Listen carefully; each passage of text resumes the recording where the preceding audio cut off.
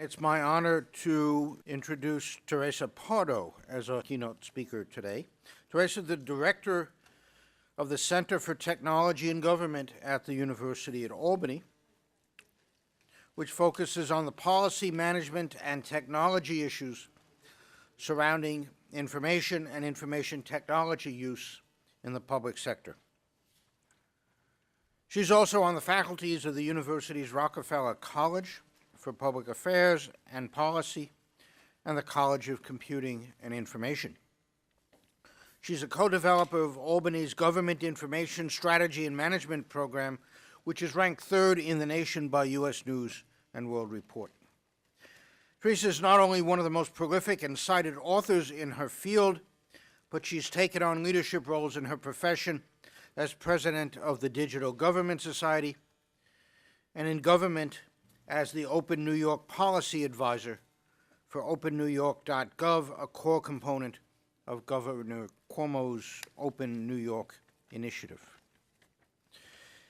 Given our ambition that our work at CUSP not only be relevant, but that it also have impact, we're very pleased to have Theresa, who set such a great example for us to follow, to close out this event. Theresa. Good afternoon, everyone. Thank you, Steve and Mike and Julia and all the others involved in CUSP and involved in the book, involved in the Academies of Sciences here, for having me here today to join you to provide some remarks on what I think has already been just an amazing day, an amazing set of ideas, a set of conversations about this critical issue that is facing all of us. The critical issue, critical opportunities, right? Well, how do we think about data and how do we think about making it more available and usable? My remarks this afternoon are going to focus relatively specifically as a way to capstone the remarks that you've heard already. And I'm going to talk a lot about what we need to do to bring government data to data scientists and public policy professionals. What we've heard here so far today, a set of concepts and frameworks, very compelling, very invigorating, very exciting, but to some extent, when we turn to our colleagues in the government arena, not necessarily action-oriented in terms of the way they will need to think differently about how they collect, manage, use, and share data.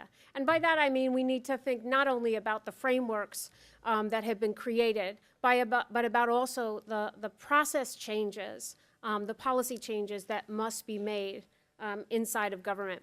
When we put these two things together, I think we will have quite an exciting opportunity ahead of us. Just very briefly, I want to tell you about the Center for Technology and Government. We are 20 years old, created by Mario Cuomo, Andrew's dad, for those of you who know New York.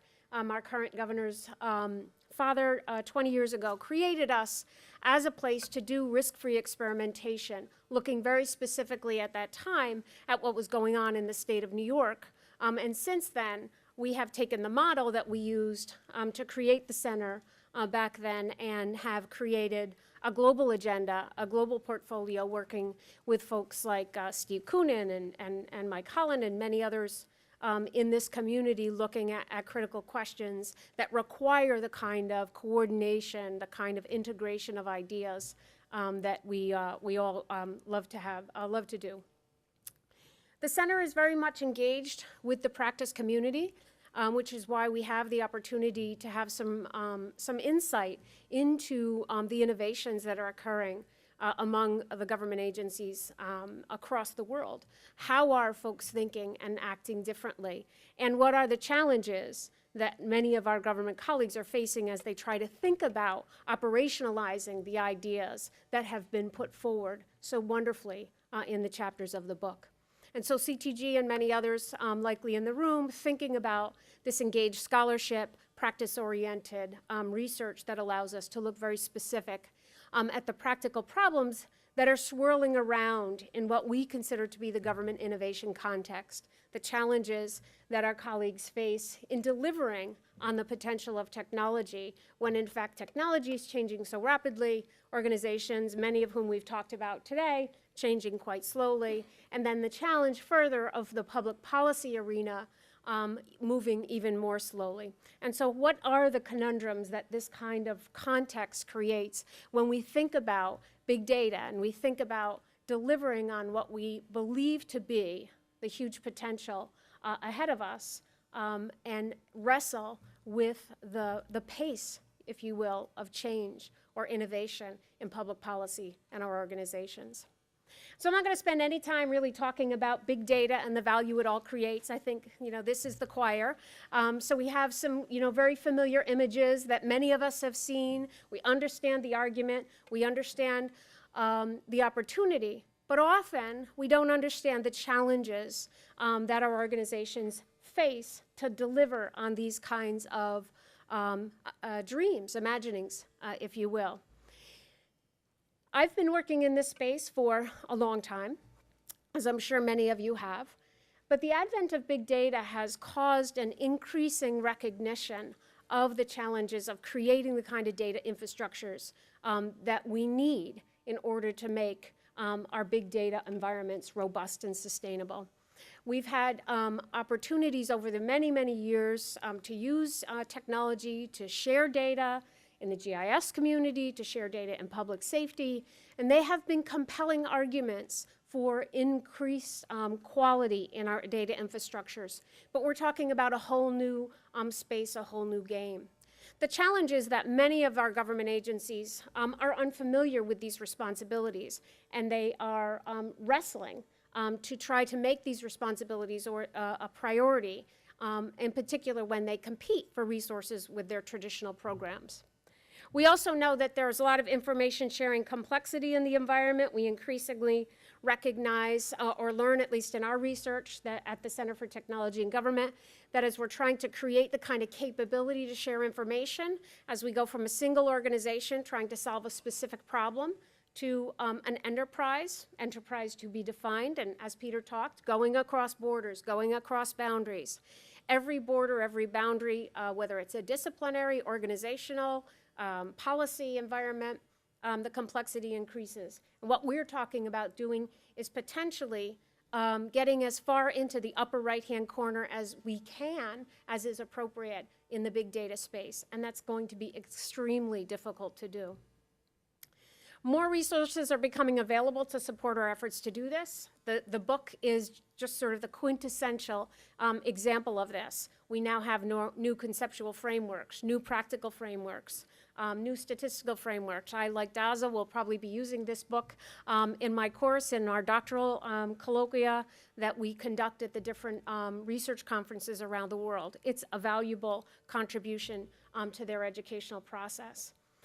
What we also know is that we need new capability at all levels of government and across the disciplines and policy silos to leverage these kinds of resources. They're here for the taking and the using. And how can we bring these resources to operational policies and procedures within our government organizations? And so I'm going to make just a quick set of contributions to the question, where do I start? One way to think about this, and we've heard a little bit about this already this morning, is the idea of information stewards. And so going back to the basics and remembering that government has a particular role with respect to information. It is both as collector, producer, provider, and user, and as regulator in the information flow in society. And so it's the balance between these two roles, the balance between stewardship and usefulness, that we're really talking about. And we could think about these two principles in 1998 when I joined the Center for Technology and Government, and very different conversation in terms of how we think through the specifics of this than today. But the principles remain: the role of government as a steward and as a user of information. And so we can see examples like this happening across government agencies here in New York State. We have a new open data handbook. That open data handbook lays out a set of policies and procedures, a way of thinking about privacy that is being used to hold state agencies accountable. And we have government itself using those policies and procedures to create spatial data sharing environments, to make that data available, adhering to the policies that have been laid out. But these things are happening at a pace that I think is how do I use the word, fine. But it's going to be a long time if we don't change the way things are rolling out and think more systematically, more enterprise oriented. And so I have 5 suggestions for ways to think about, ways to get started for government agencies to make data more available and more usable. And there are these 5, and I'm going to try and skip through them pretty quickly. And I know you've been here all morning. I want to give you a couple of quick ideas, open up the floor for question, and get folks on their way, or to take pictures of the beautiful view. One or the other. I'll be taking pictures. I don't know what you'll be doing. So these 5 ideas: building awareness of public value potential and comfort with a new reality, leveraging and investing in collaboration capability, creating new or strengthening existing enterprise portfolio governance capabilities, creating new or strengthening existing enterprise data governance capabilities, and creating new data management capabilities.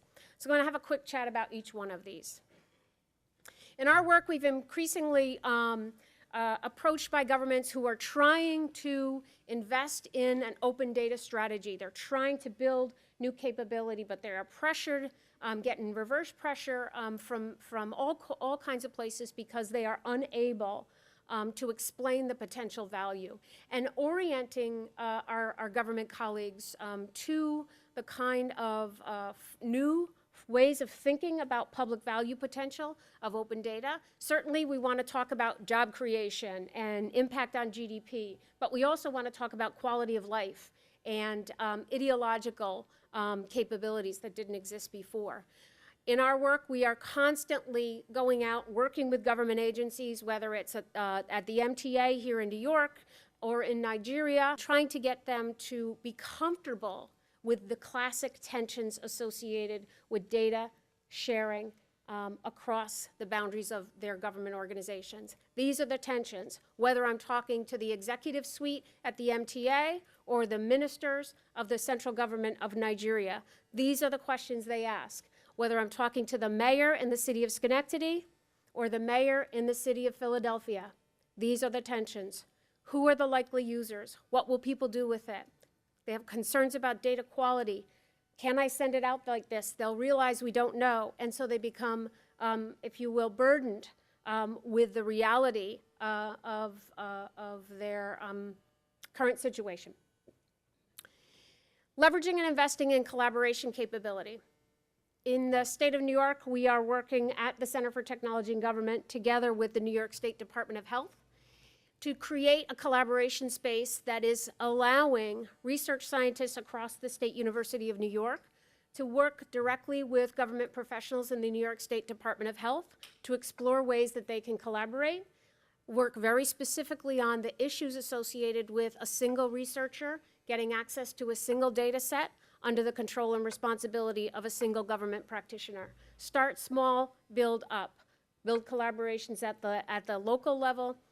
This is a new model that we're investing in, and I think it's working very well. It's expensive, it's time-consuming, but it is gaining traction and speed. Folks are hearing about it and looking for ways as researchers that they can join in this network and get into direct conversation with the colleagues who own and access and control, most importantly, the data that they want to use.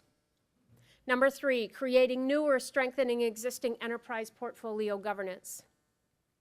Back in 1998, the Center for Technology and Government had an NSF grant to help define a digital government for the 21st century.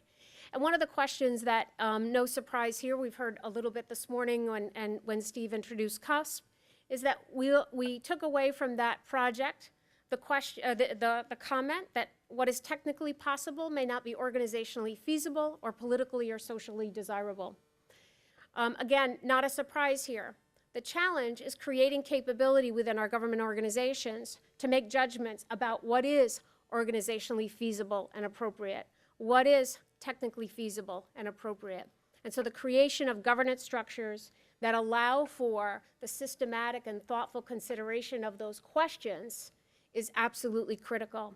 These structures generally do not exist except at some of the highest levels. And so what kinds of processes can be put in place to ensure that the sorting of decision-making authority occurs? What decisions get made by whom, through what process, and how do we monitor those decisions? These are very critical capabilities that are missing across many, many government organizations at all levels. Here in the city of New York, in the state of New York, and at the U.S. Department of Transportation, there's some exemplars in terms of setting up new kinds of capability to be systematic about the kinds of questions that have been asked here today. How much privacy should we protect?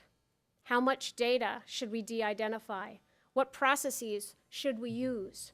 Who answers the question, how do I fix a mistake in the data? Whose responsibility is it? Who owns that data element? How do we think about the policies and procedures around changing that activity? If we aren't able to create these kinds of capabilities within the state agencies, within the local governments that are creating the data that fuels the engines that we're talking about, we're going to, unfortunately, not fully realize the potential of big data. This picture here shows you how many states have chief data officers.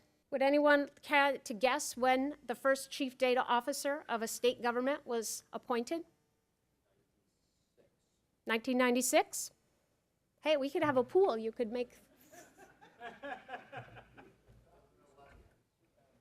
96, 2011. Who goes with 96? Who goes with 11?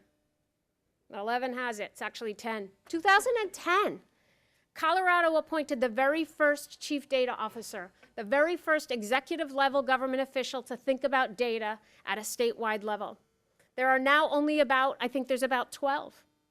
There are no executives in our government agencies thinking about this issue. This has to change. Programs like the one that we created, new programs that are being created that think about the issues associated with policy informatics, the kinds of things that are going on in many of the programs I've heard today. We have to build these programs. We have to create new professionals who have responsibility within government agencies to think about these issues, to have the responsibility for answering many of these questions, or with working with others to do that. Creating new or existing enterprise data governance. This is happening in many, many government organizations where we don't see a statewide or a government-wide capability to engage at the portfolio level, asking questions about what kind of projects, what kinds of innovations should occur.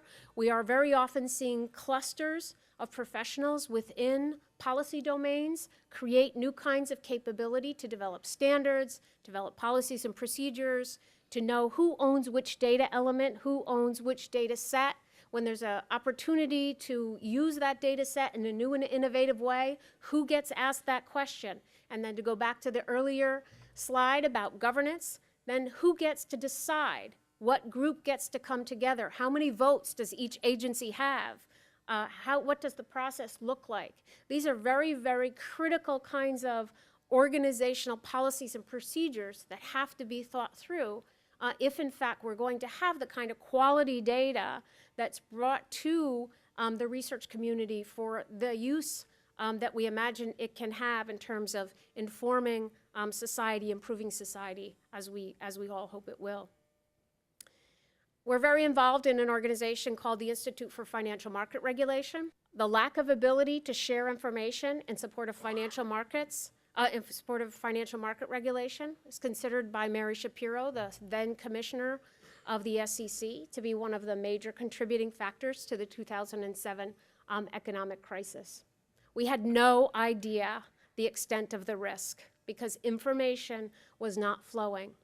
We pulled together a multi-sector research workshop. We brought folks for the first time, brought folks from the financial services, from the government agencies, from academia in November to explore the questions about what, to help us understand why this occurred.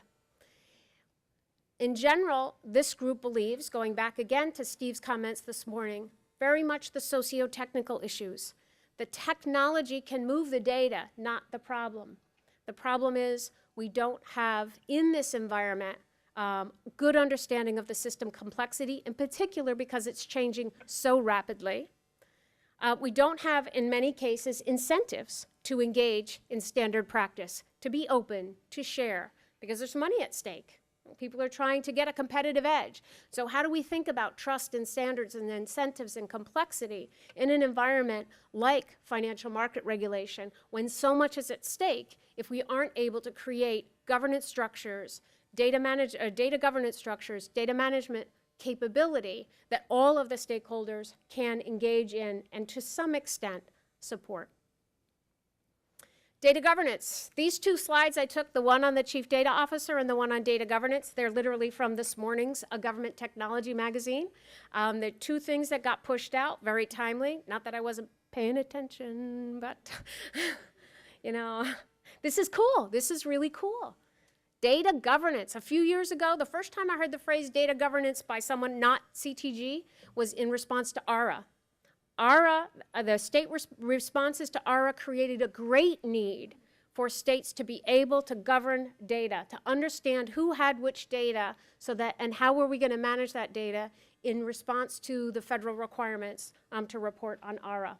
Very, very interesting kinds of activities in the New York State Department of Transportation, for those of you who live in the state of New York.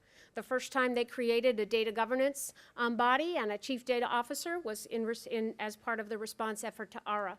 Very, very important pressure on that agency to be able to do things, oh, my time's up, to do things that they hadn't done before. Oh, and I'm almost done.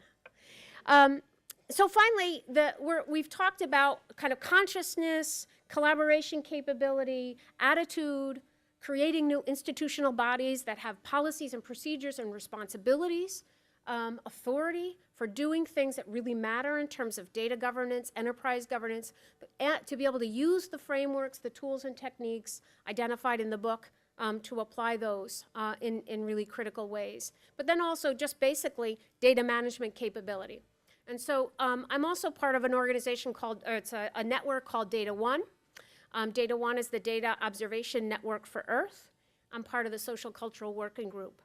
One of the things we did in that working group was we took the data from a survey about researchers who were using the network and imagined that they would both share data and get data from the network. And one of the two reasons that they were not sharing data is because they didn't trust their colleagues in terms of how their data would be managed. It wasn't how I manage my data. It was how are you going to manage my data when you have my data? So a whole new investment into creating capability to manage data in the work inside the research community was necessary to build up the willingness to share data.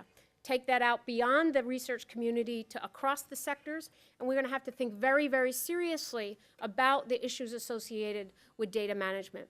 We work with the city of Binghamton in the southern, southwestern part of the state of New York. They have a new mayor. The mayor drank the Kool-Aid. He believes in the vision of a smarter city.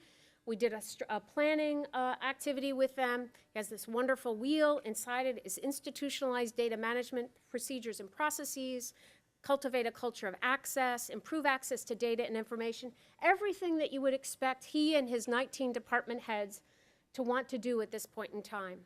The problem is this is their data reality. Every one of these dark greens is a department. If you'll notice, there are no connections between the little clusters, which means they're not sharing anything with anybody if it's not on a printed paper or on a disk. Yes, that's right, disk. They still have disks. Okay? So, and this is why. This is the reality in the city of Binghamton, New York.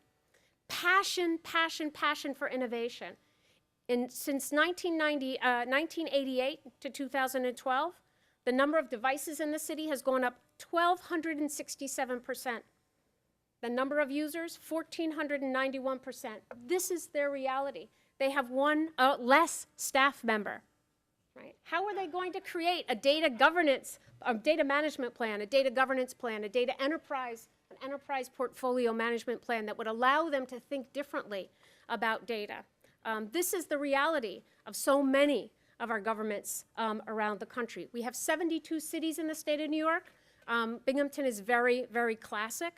When I was meeting with them, we were going over the final consideration of their plan. Knock, knock, knock, into the meeting room, the 19 department heads, comes a person, leans down, talks to the mayor, and says, okay, well, the city council just threatened to remove the crossing guard from the city budget, from the annual budget, and it was the crossing guard, that was the money that they're gonna have to put back in the budget that they were gonna use to hire a CIO. They now have to use it for the crossing guard. All right, well, he's a mayor. He's not cutting the crossing guard, right? He's not cutting the crossing guard. This is the reality at this level of government. So is data changing our lives? Can big data change our lives? Is it the new oil? Or is it personal data that's, I don't know. I just like this because it evokes this notion that things are changing. The resources that you've seen here today, wonderful, wonderful new resources to help us inform our colleagues who are wrestling, crossing guard, data management plan, new broadband access, data governance policy. These are the direct kinds of decision processes that our colleagues in government who are committed to this vision as much as many of us in the academic world are facing. And so to help build new capability, these are some of the recommendations that I would put out in front of you. Principles of information use, ability to deal with the dynamic and rapidly changing environment. All of these things, I hope, will then help us to get started and help our colleagues in the public sector make more data available and more data usable. So thank you very much. Are you prepared to comment on the in-bloom implosion and how you, as an advisor to someone who would want to create the I'm sure you're familiar. The in-bloom? In-bloom. Okay, sorry, but it was the aggregation of all educational data that was going to be gathered, and we were going to do big data analysis on it, and we were going to see how successful the educational system is and how each individual student was going to get better instruction, but the data was going to be identifiable, and basically parents went absolutely insane, and state after state, city after city just washed their hands off it.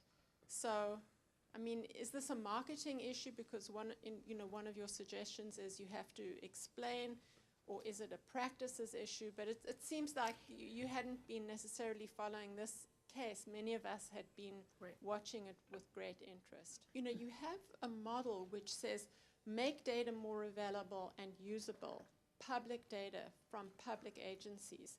And this is data that is generated from the schools. Okay. But it is this very difficult kind of data, and maybe we can get utility out of it. One of the prices of going quickly is that I think so what the title of my talk should be is inappropriate ways, right? And so to me, what the point of the governance process is to make sure that the decisions that are made about what data to make available and what data not to make available, or what data to make available in particular forms, are ones that are well thought through through a stakeholder engaged process. So I'm not advocating, pardon for that. I'm not advocating that information be made available in whole scale, but in fact that we have in place the institutional mechanisms to make decisions that are appropriate within a particular context. And so understanding what the threats are, what the risks are, what the benefits are, and who are the decision makers, who gets to decide what is an appropriate action with respect to data and making data accessible or not accessible. Yeah, so I apologize for that.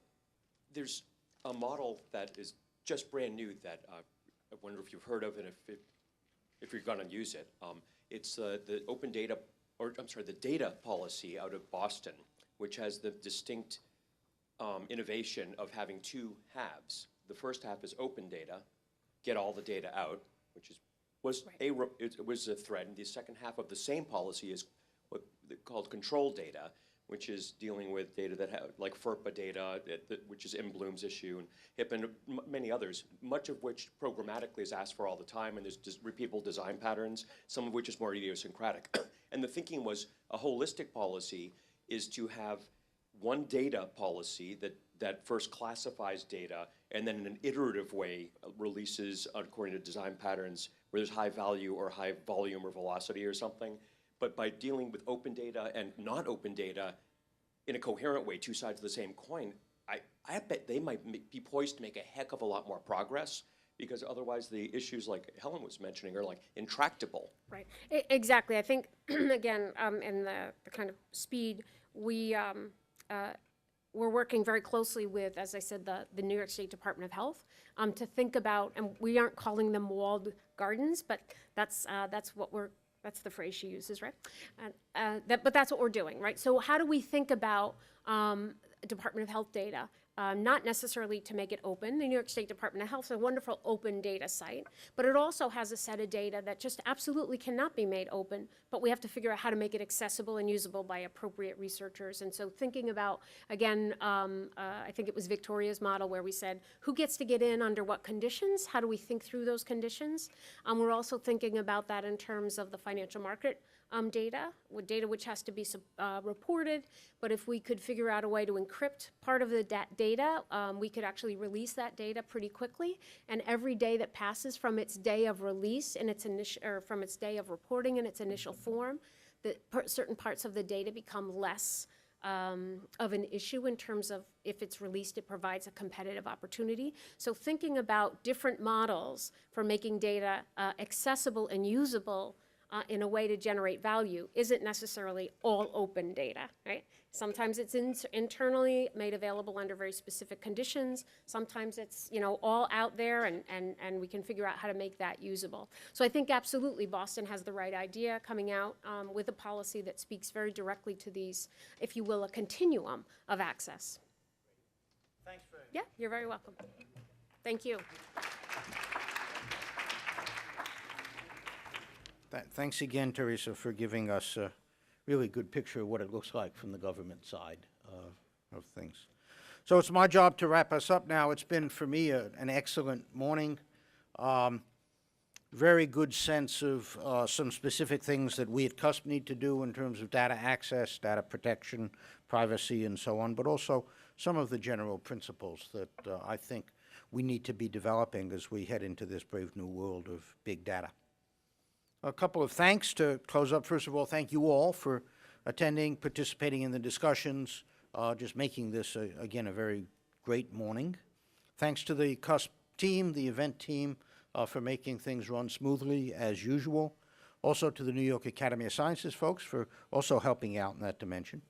Also I'd like to thank our fellow book sponsors beyond CUSP, the American Statistical Association and the Institute for Employment Research, both of whom supported as well this enterprise. And of course, thanks to Julia and Mike, I think, who were the prime movers behind this project from the beginning.